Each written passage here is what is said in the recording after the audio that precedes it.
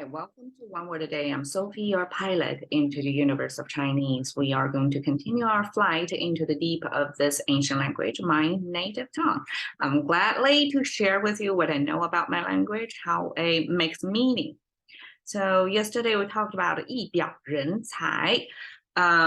It's basically the English saying of don't judge a book by its cover, the exact doing that. To judge a person just by the look of a person, which honestly, all of us do it, right? So Chinese just have a phrase to set what you do to express it. 意表, just taking one look at that person, and then you can tell if this person has good potential or not. It's a big speculation. It's very limited, but contemporary Chinese use that to describe somebody who is a looker, who at least have to look.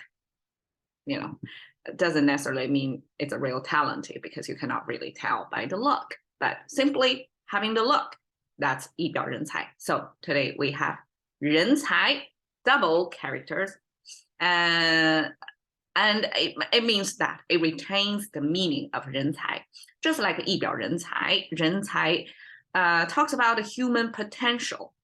So when English say talent, it means somebody already exhibit the talent, the potential almost, visualized or presented, shown. But here in Chinese, the talent actually means the root, like the below the ground, the unseen part of the power, or, the generic code embedded in that living tiny little plant who doesn't branch out, who didn't grow tall and become the full, plant of itself yet, but it points to, it has the root in there. So it's almost like a guaranteed, you can see it grow, unless, disastrous weather conditions afterwards, right? So that talent, like that potential was already there. So that's the distinction between English and Chinese. English has the talent already shown. Here, Chinese is pointing to the talent that's embedded, almost like innate talent of that person that's not shown yet, not fully, run its course yet, but we can tell at the early stage of that young person. Here is a young plant who just have a little bit above the ground, doesn't have any leaves yet, but it's shown that the plant innate, like the nature embedded within that plant, the potential to grow to a full form. So that's the difference. Okay, so again, human, two-leg figure, two-legged standing being. We didn't talk about the consciousness because that's hard to describe, but we only show Chinese character, show this structurally, humans are the two-leg standing being. So that's captured in there, and this stylized. So this is simplified, it's standardized, and this is stylized. One of the ancient renderings, it's just one of the many ancient renderings of how human, this generic figure, ungendered and unaged, there's no other judgment except that it's a two-leg standing being captured in there. Almost look like English R, right? But that's ancient Chinese. In today's Chinese, you just need to write this, very simple. That's human, and then talent, we talk a little bit about that, the ground level, the plant, and it's pointing deep to the root to say there's the potential, it's going to grow. Don't look at this here and now. You can guarantee a future of a big plant. Well, I guess nobody can guarantee anything, right? So I guess given the right environment, right, the plant is going to grow. So that environment is undetermined. We don't know the environment will be, but we know the plant. It already have all the generic code to grow into so-and-so plant. So that's the talent we're talking about, is the potential for future. Okay, 济济. Again, this is a Chinese way of expression, of exact repeat of the same character, same sound twice. So it reads like 人才济济. See, is it the same? Same rep, exact same. Because I was trying to try out one by speaking it, 人才济济. We didn't even light the second one because the repetition of the first one, probably we can say 人才济济. We don't say 济济. It's fully spelled out, repetition, exact copy of the two characters, and it sounds exactly the same, fully spelled out falling tone. 济济, we say 人才济济. We have to say that. Okay. It came from the river name, a river name. Here you can see the visual representation of water. We haven't come across water sign for a while, but again, this is my theory of, you see the contemporary Chinese, just 3 dots stroke. It always like short one, and it's top left corner to bottom right corner. This diagonal line twice, and then from the bottom left to the top right, a different direction of a diagonal line. So that's the 3. We're going to, in contemporary Chinese, simplify it as the water sign. And traditionally there are 5 strokes.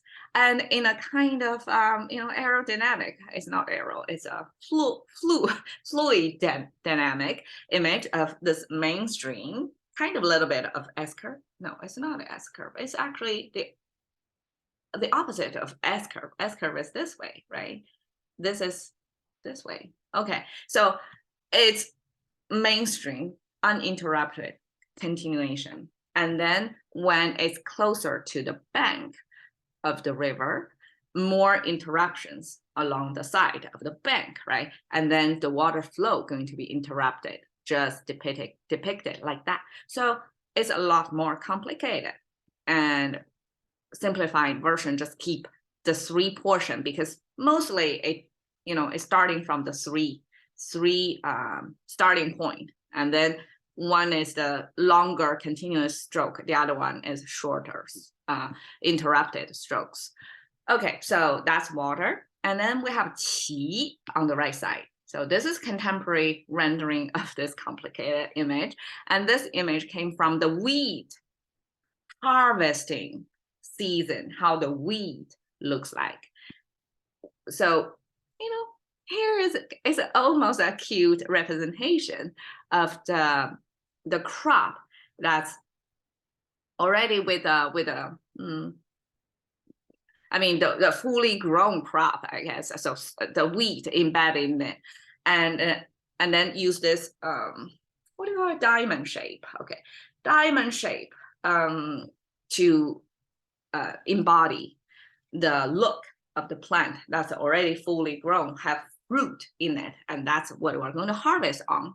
And the key point of this structure is, okay, you see the stems here, right? The plant, the wheat, supposedly the crop in its harvesting season is fully grown to its full height, with the fruit already fully, ready to be harvested. And then the stem looking like that, right? And then there is this connecting line to show, okay, so here is one horizontal line, the second horizontal line. And in Chinese concept, we use 2 horizontal lines sometimes. Okay, it's not always true. So 2 horizontal lines to mean, if the first one is the sky, the second one will be the ground. So that's in the case of number 2. So we have 2 horizontal lines to mean, okay, the sky or the heaven and the earth, right? In this crop image, we can see that the second line also symbolize the ground level. So they're talking about, even you see the 3 looks like not flush, not equally high, but that's because of the visual representing. Probably here we have a little bit of perspective of vision of the foreground plant seems like taller, like all this tall, right? And this is the far away plant that looks like shorter, with a shorter stem as well, right? But that's because it's a further placed away from you. That's the background. This is a foreground plan. And then this horizontal line means they're all growing on the ground and to its kind of equally height. And this three looks like in a triangle placement, the three crop the tip, it looks like uneven, but it actually, because of the visual of this is closer to you and that's further away from you, therefore that looks like the further away, the background one looks like rising up over the foreground two plants, but actually they are equally high. And this horizontal line probably imply the kind of dispel the optical illusion that we have here to mean that they are equally height plant. So I know a little about farming, but according to the theory of why Chinese character express qi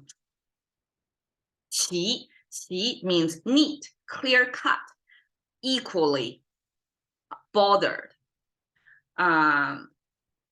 came from this wheat harvesting season. All the wheat growing on the same piece of land, if irrigated same systematically, they are going to grow to their full length to the same height. There is no like extra standing taller and extra smaller one. They are pretty evenly distributed. And if you see the harvesting field before they got cut, all the wheat like flush the field on the same equal ground, equal height.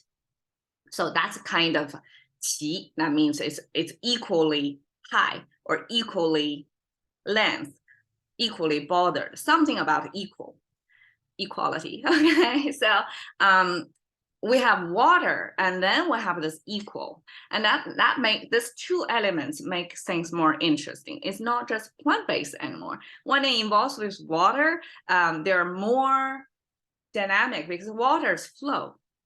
And when we pair this water sign with equally sign, you can almost imagine that here we're kind of mean the water from high ground are going to flow to the low ground. So eventually the water height are going to equalize. And then there is this high ground, low ground flowing, kind of like equalizing thing.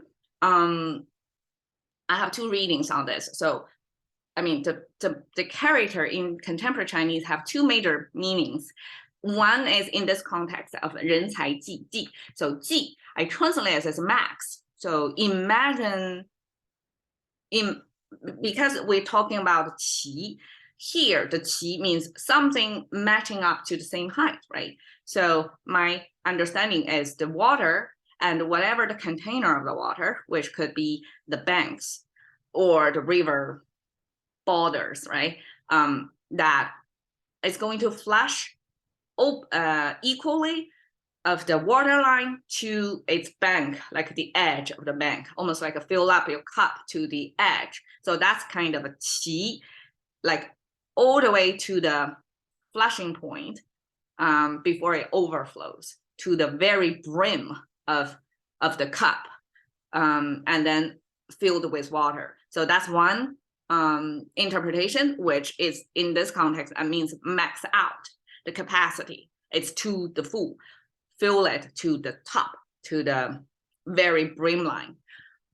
A second meaning is ji, is to use the higher ground water and fill it to the lower ground. So it's kind of equalizing. So that's kind of resource distribution from high resource to low resource, from who has food or something, right, to who doesn't. So ji in another context almost mean relief fund, like contemporary relief, emergency relief, people who are in the situation of shorting on the basic supplies. And then this ji would be, okay, supply fly in so that you're covered. You are at least to a certain degree equally supplied of the basic needs. So that's the second meaning. Okay, so here we're having this qi, that means growing to the same height, right? And here is the borderline of, or the container of that water. So it's growing to the max water line almost. And then beyond that, it's going to overspill. So that's the 济. So 人才济济 together means, this potential, human potential as talent are, maxed out. 济济, max out is double max out. In Chinese, it just means it calls to the attention of the, how maxed out it is, like how amply supplied it is. So I was trying to illustrate this concept of 人才济济because in contemporary Chinese media, oftentimes we see this word, 人才济济, and that a lot of times in the context of new college graduates, a lot of them, like it's a astronomical number of college graduates. It's really oversupply. But in the context of, okay, all these educated, at least by the higher education, they're equipped with a certain knowledge and skills, and they are the talents, and we have so many of them. It's kind of, we max out. So that's 人才济济. But I want to use the happening in 100 years ago of this trend, this movement of Chinese students. Imagine 100 years ago, it's before the communism took power. That's 1949. So this is 3 or 4, 1 to 4 decades ahead of that the flow of people from China to outside or outside in. So that kind of a human flow was still like freely flow. So whoever can afford or find their way abroad have this movement, this tendency of going to France. So this French overseas student, Chinese students, some staying in France, majority of them return to China, occur in this 2 decades, from 1990, so the end of First World War and the beginning of the Second World War. So in that, in English, we have a Gilded Age, right? So that's probably that Gilded Age era. And in English world, we have this imagination of after the World War I, a lot of talented like thinkers, philosophers, artists, they gather in Europe and come up with, like, that's the growing field of art and humanities, like that's a booming age in Europe. It's probably centered in France. And here on the Far East, we have the story of this group of like 150 specialized in art students. Can you imagine Chinese studying art? I mean, most overseas students nowadays, for Chinese, they are either business or engineering, something practical, something that's going to become their, make a living type of skill. But 100 years ago, up to 150, self-funded, or they have to work while they are going to school up there, that have this many student body. And at that time, traveling to overseas was not that easy. It's not an air ticket and the next morning you're there. It's taking months long of boat, ocean liners. Well, it's not a recreational ocean liner, probably. It's different. So it's quite an effort, and it's quite far, right? So only 150, but still, like in that circumstance of that era, 100 years ago, given the travel conditions or the China conditions back then, 150 specializing in art students. That's something unimaginable, right? And in those two pictures are just such students. This one probably taken somewhere in France. Like you can see they wear Western clothes unanimously or already. So these are Chinese people who used to wear like this long gowns. I mean, girls wear gowns, we can still see them, but guys at the time also wear gowns. That's the original, I guess, non-farming population. Farming population was the majority, right? Most people have to wear pants, trousers, things are mobile. That's facilitating their movement in the field, their physical activity. But a small portion of that population, they don't live off the farm. They have other ways of, other means of living, and they can afford to wear such long gowns. And this becomes almost like a class symbol. Like if you wear long gowns, that means you're not a farm hand. And so I guess a lot of them came from rich families who can sponsor them to study abroad and in this art field. And some of them are not so lucky, but they still make their way there because they have a strong desire to learn how the Western art and philosophy were developing at that time. And I mean, the whole world, I can just say, probably the whole world was captivated by the development between the two world wars. That a lot of art movement, new thinkings, new ways of expressions, just bubbling up in Europe. And so that attracts Chinese as well. And these students, a lot of them made it back to China and eventually become the founders of art schools or the major, like influential people later on in China's art field. So looking back 100 years ago, there's a high density of talent here in these two pictures. I probably don't know. I probably can point out this is Xu Peihong, one of the most famous painters in China. And I don't recognize any of these faces, but supposedly they are all influential figures. Probably not all, but a high percentage of them, because they are the first wave of overseas students, and they bring new thoughts, new perspectives on how to describe life, right, visually, and that's eye-opening for Chinese.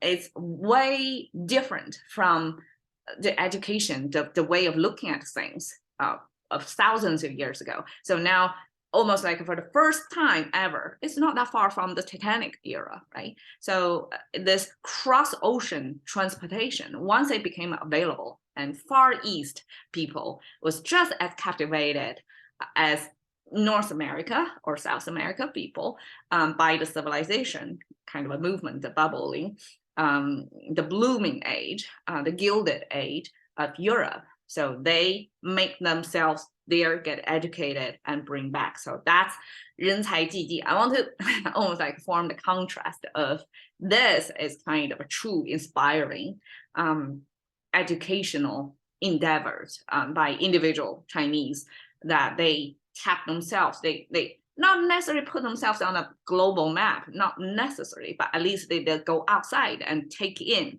what's out there. The supposedly most advanced and at least the most diverse thoughts, thinkers, and visual representation artists over there to take that in and kind of transform themselves and eventually transform China to different degrees. So that's the kind of 人才济济 we're talking about. All right, cashing to the currency of thinking by one word a day with Sophie. See you another day.